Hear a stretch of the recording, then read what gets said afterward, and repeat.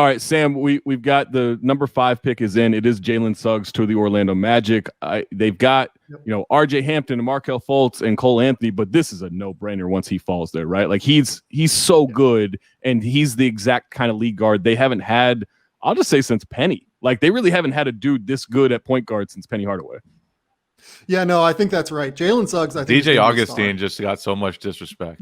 Yeah, and then missed a jumper.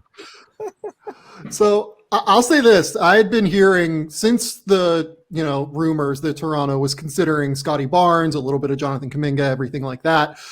I kind of reached out and tried to see, okay, if let's say Toronto passes on Jalen Suggs, is he definitely going to go 5 to Orlando just to make sure? And I was told Orlando loves him and is like super excited about Scottie Barnes falling.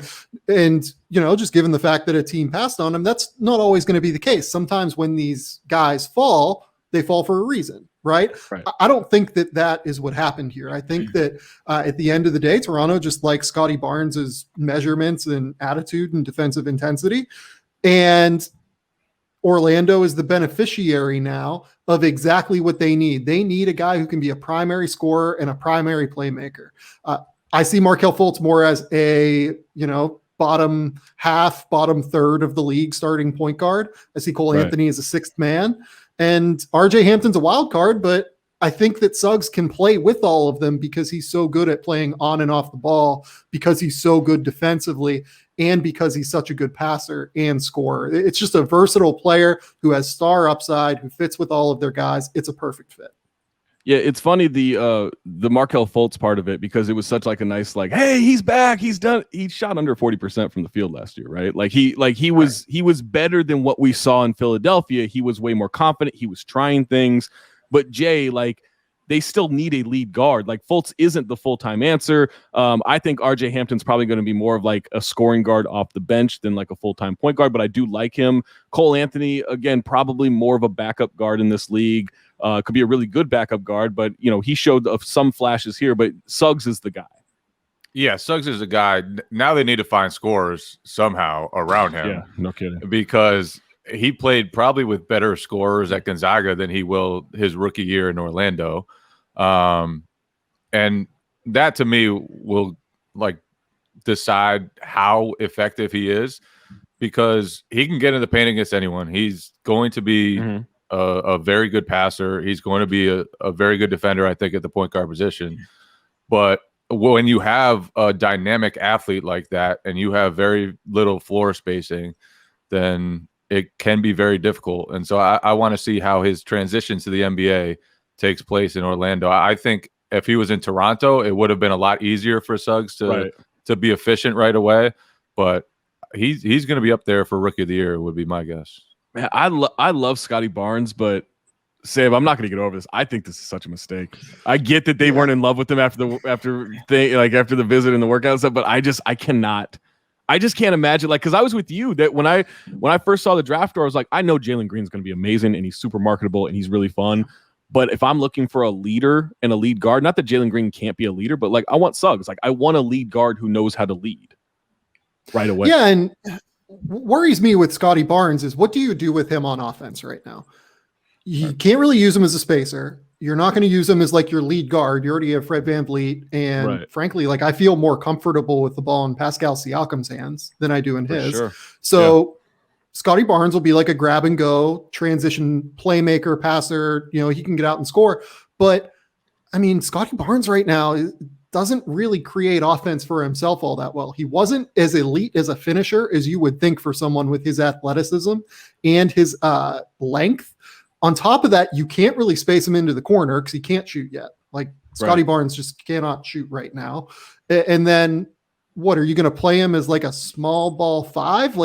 Maybe this is what they're going to do. Maybe they're going to play super small. They're going to play Siakam, Barnes, and Anunoby across the front. And it's not going to actually be that small. It's going to be more of a modern offensive and defensive hybrid scheme. It's really interesting. It's hard for me to take a guy that I don't think is as good of a scorer inside as what his measurements say. I don't think really has an in-between game as a scorer and can't shoot from distance right now. Like that's kind of what it comes down to for me. Sam, he's the next Willis Reed. I don't know. What are you doing, Sam? I don't know. Oh boy, that doesn't even make sense from a player comp standpoint. And like, here's the thing though. Like, I've had Scottie Barnes at like number 6 on my board the whole way. I love. Yeah, you've been high on him for a long time. Yeah.